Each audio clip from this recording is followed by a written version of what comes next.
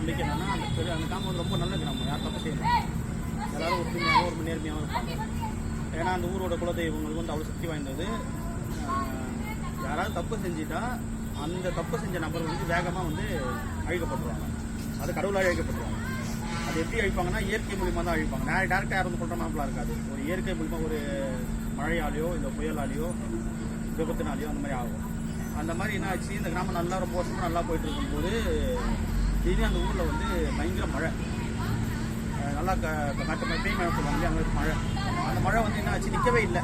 அந்த ஏரி அந்த மழை ஊரோட ஒரு கிராமத்தோட ஏரிகள்லாம் ரொம்ப எல்லாம் உடஞ்சி வெளியே தண்ணி வந்துடுச்சு. ஊர் மக்கள்லாம் சொன்னாங்க, எல்லாமே சேர்ந்து ஒரு மண்டபம் இருக்குது, புது மண்டபம் இருக்கும் அந்த ஊரில். பொதுசாக எது நடத்தலாம், ஏதாவது முக்கியமான விழாக்கள்லாம் பெரியவங்களாம் பேசுகிற மாதிரி பெரியவங்களாம் பேசுகிறதுக்கு ஒரு பெரிய நல்லா ஹால் மாதிரி பெரிய மண்டபம் வச்சுருப்பாங்க, அங்கே தான் போடுவாங்க.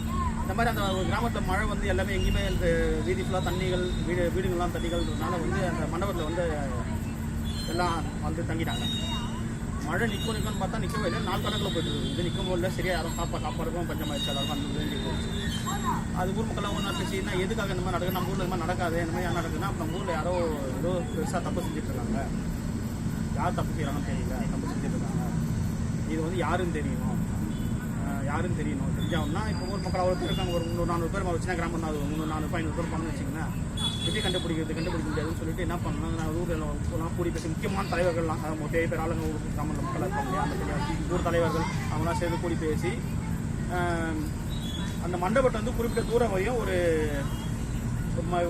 மரம் ஒன்று இருக்குது, ஒரு நம்ம காசு மரம் மாதிரி சாமியெல்லாம் வச்சுருக்கிற மாதிரி மரம் இருக்குது. அது குலதெய்வத்தோட ஒரு அடையாளம் மாதிரி, குலதெய்வ கோயில் இருக்குது, அந்த மரம் ஒரு அடையாளம், முக்கியமான ஒரு அடையாளம் ஊரோட. அந்த மரத்தை போயிட்டு எல்லாருமே போயிட்டு தொட்டுடுவாங்க. ஏன்னா இங்கே யாரும் தப்பு பண்ணியிருக்கீங்க, அதனால தான் வந்து நிற்க மாட்டேங்குது, பெருசாக தப்பு பண்ணியிருக்கீங்க, அதை தொட்டுட்டு வந்தீங்கன்னா தொட்டுட்டு வரும்போது நீங்கள் சேஃபாக வந்தீங்கன்னா உங்களுக்கு தப்பு இல்லை, நீங்கள் ஏதாவது தப்பு பண்ணிங்கன்னா கடவுள் அங்கேயே தண்டிச்சிடும். இது வந்து அந்த ஊர் நம்பிக்கை, ஏற்கனவே நடந்திருக்கு. அந்த மரத்தை கேட்டு தப்பு வந்து போக மாட்டாங்க, அது ஒரு விஷயம் இருக்குது ஏற்கனவே. அதனால் என்ன பண்ணிடுறாங்க, தொட்டுட்டு வரும்போது எல்லாருமே போய் தொட்டுட்டு வந்துடுறாங்க. கொஞ்சம் பயத்தோடு தொட்டு வராங்க, அவங்க தப்பு பண்ணிருப்போம் பயப்பட்டு வராங்கன்றது எதுவும் ஆகலை. எல்லாருமே தொட்டுமா கூட்டில் எல்லாரும் தொட்டுமோ கடைசியாக ஒரே ஒருத்தன் தான் மிச்சம். இந்த ஒருத்தர் மிச்சம் இருக்க நான் ஆச்சு உங்கள் நம்பிக்கை இல்லாமல் எல்லாருமே அவங்க தப்பாக பார்க்க ஆரம்பிச்சாங்க. ஏன்னா எல்லாருமே தொட்டு வந்துட்டாங்க, ஒருத்தர் தான் பாக்கி. அப்போ இவன் தான் தப்பு பண்ணியிருக்கான்னு மற்றவங்க தொடக்கூட போகவும் இல்லை. அதுக்குள்ளே இவங்களாம் முடிவு பண்ணி பேச ஆரம்பிச்சிட்டாங்க, ரொம்ப பேச ஆரம்பிச்சாங்க. இவனுக்கு பயம் வந்துருச்சு, நம்ம எந்த தப்பு பண்ணி என்ன எல்லாரும் சொல்கிறாங்களே சொல்லிட்டு நீ போய் முதல்ல தொடுன்னு சொல்லி தொட்டுதான். இவன் என்ன பண்ணினா அவனும் யோசிக்கிறான், ஏன்னா யாருமே ஆகலையே, நம்ம தானே பாக்கிடுவோம் அப்படின்னு சொல்லிட்டு நம்ம தெரியாமல் தப்பு பண்ண யோசிக்கிறான். இவன் என்ன பண்ணியிருக்கான், போகலாம் சரி போவோம், என்ன பிரச்சனை பார்ப்போம்னு சொல்லிட்டு போயிட்டு மரத்தை அந்த மண்டபத்துலேருந்து மரத்துக்கும் பாதி தூரம் ரீச் ஆகி போகிறதுக்கு டமாரும் ஒரு சத்தம். என்னடா பார்த்தா அவனுக்கு எதுவும் ஆகல, பின்னாடி சத்தம் பின்னாடி அவனுக்கு பின்னாடி தான் வந்தது. பின்னாடி தெரியும் பார்த்தா அந்த மண்டபம் அப்படியே உடஞ்சி விழுந்து உள்ள இருக்க எல்லாரும் இவனை தவிர எல்லாருமே தப்பு பண்ணுவாங்க. இவன் மட்டும் தான் இருக்கும், இவனை தவிர எல்லாரும் தப்பு பண்ணுவாங்க, இவன் மட்டும் தான் தப்பு பண்ணல.